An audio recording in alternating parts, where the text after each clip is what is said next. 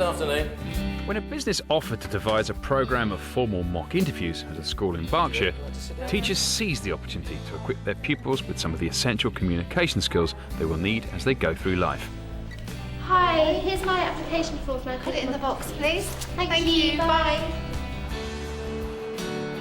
Year 11 pupils at Slough Grammar School, who are currently thinking carefully about their career options, are taking part in a programme of careers, learning and practical interview coaching, implemented by volunteers from the BT Education Unit.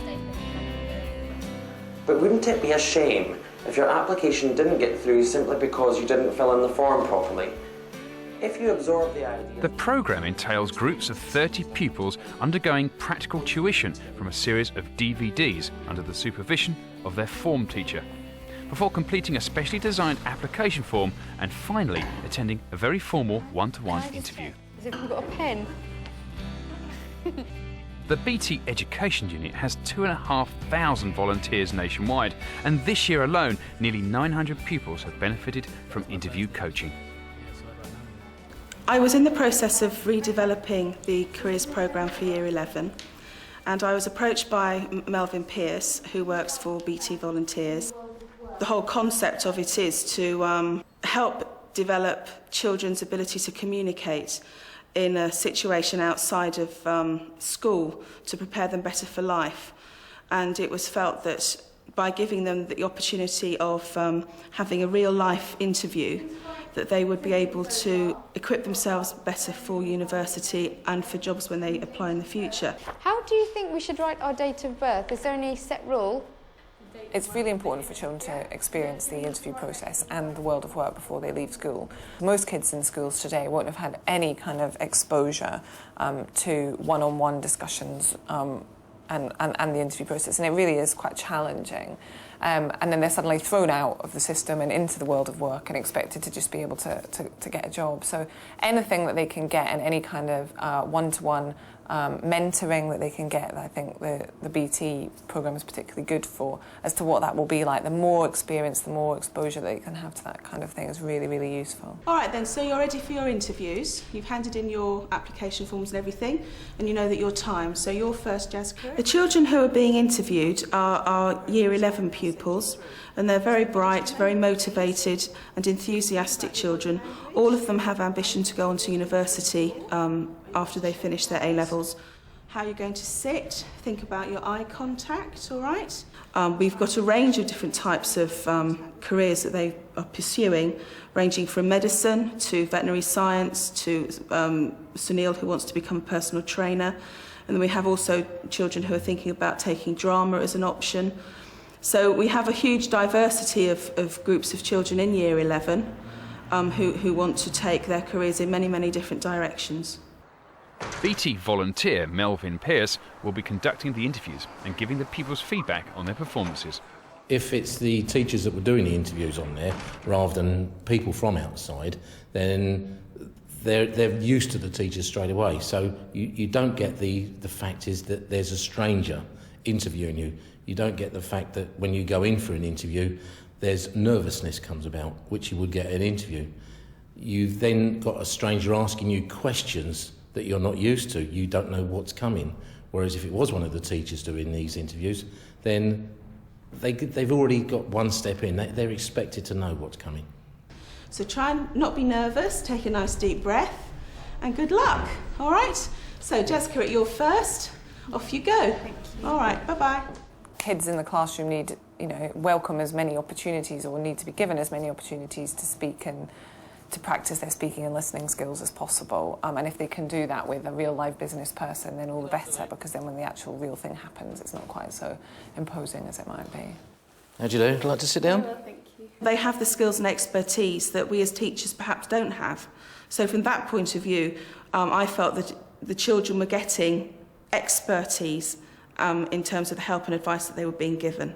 And in fact, I've learnt a great deal just by watching them and hearing what they've had to say. So how do you feel that the voluntary work at the hospital is going to assist you in your future plans?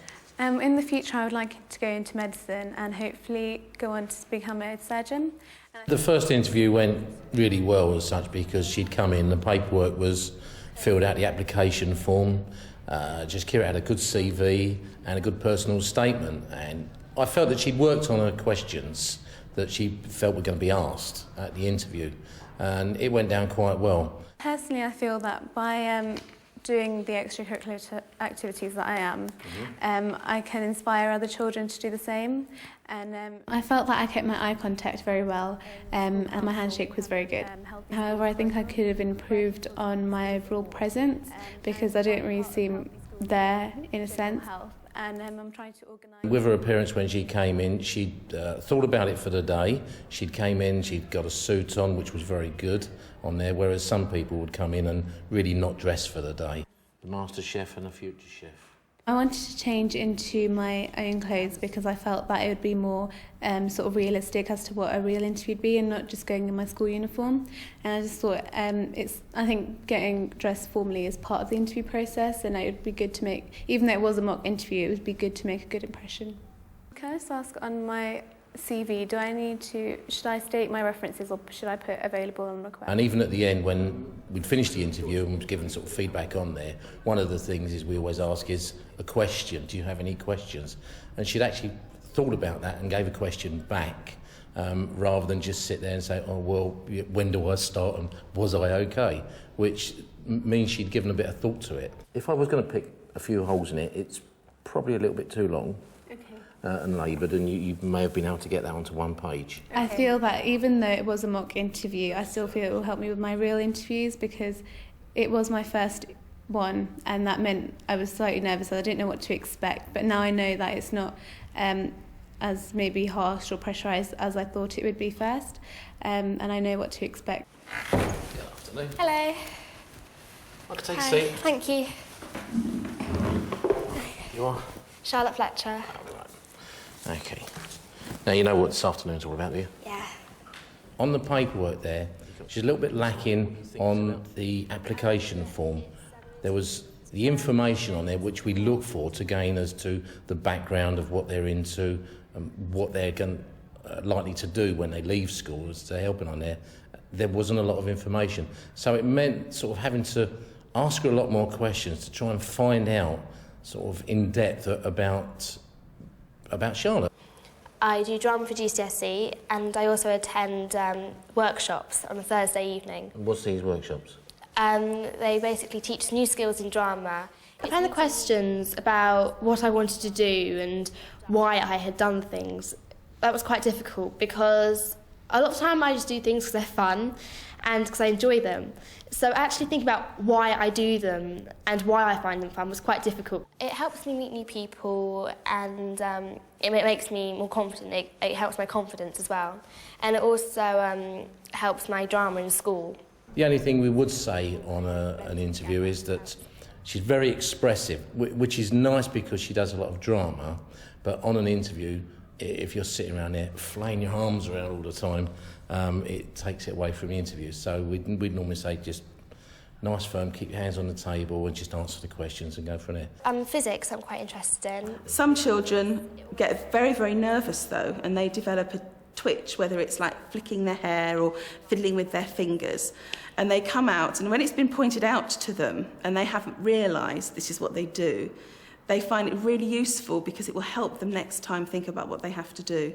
I thought, okay, I'm going to be nice to them, but I also want to be firm with them to make sure they know that that's wrong, what they're doing. And what was the outcome then? But they stopped doing it eventually. So your actions yeah, actually worked? I also kind of felt myself kind of moving around a lot, fidgeting quite a lot, which I was trying not to do, but I was nervous at that point then, because like after I walked in the room, I suddenly became really nervous. And I think that was why I kept fidgeting around a lot. Classic example of how some children can walk straight in without knocking, wasn't asked to sit down but sat down and just basically made himself at home. So on an interview that would have really gone against him because I could have been marking somebody else's interview there, doing some paperwork, whatever. You always need to be asked to come in.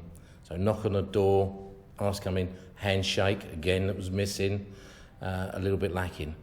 I mean, one of the obvious mistakes I made was when I was walking in, I forgot to knock on the door.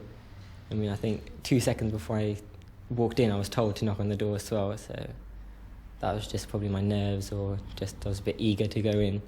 Yeah, got a lot of good grades on there. Tell me about yourself.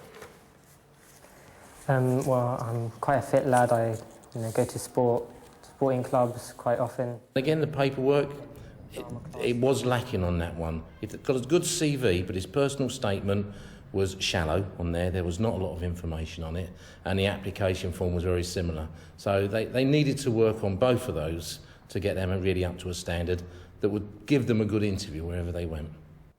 I worked in the post room at Cisco Systems, and my dad was also the head of the post room.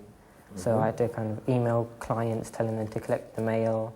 The areas I feel I need to improve is my formal speaking and my introduction, and also talking about what I wrote in my personal statement, going into the finer details to explain thoroughly and let the interviewer know who I really am. My dream job would be if I could become an actor, but I've decided a personal trainer is another hobby that I really like and would love to go into, and it's a lot more stable kind of job. I think that the benefits that we've had by working so closely with BT have been enormous, both for the school and for the children in Year 11 particularly, although we have also interviewed children in Year 12. I'd also say that it's possible for any school to take up and pursue this sort of link, either with one single company such as BT or with a number of different types of industries, but to get them to actually come in and to give the children the whole experience of the interview process is the benefits are enormous. So you've all got an idea now about some of the requirements for an application form. It's really the environment right now is quite ripe, if you like, for work between business and individual schools. They could either approach a local school themselves, they could do it through their governing body, they can do it through organisations like Business in the Community. There are all sorts of different ways of going about it. Education-business partnerships, again, are another route in. I'll just make a few comments on there, on the feedback form. Is there? We hope by doing this that if they are worried, petrified, nervous, whatever, it goes with this interview, and when they go into the real interview outside for whatever they're going to do, they've now got the confidence not to be nervous. If you'd like to take that for your feedback now, on there, and hope you get on well in the future. Thank you. Okay? Thank you. All right. Bye. Goodbye. If this had been a real interview, perhaps I wouldn't have got the real place, because a lot of my answers were quite lengthy and I was gabbling on a bit in a lot of the answers because I didn't know what I was saying and what I was meant to be saying. So perhaps I didn't put myself across as well as I could have done if I'd taken a few deep breaths and thought about the answers before I spoke. Take all that, your debriefing, and good luck. Bye. Okay, goodbye. If this was a real interview, I don't think I would have got the job. I was a bit too nervous and didn't really speak my mind.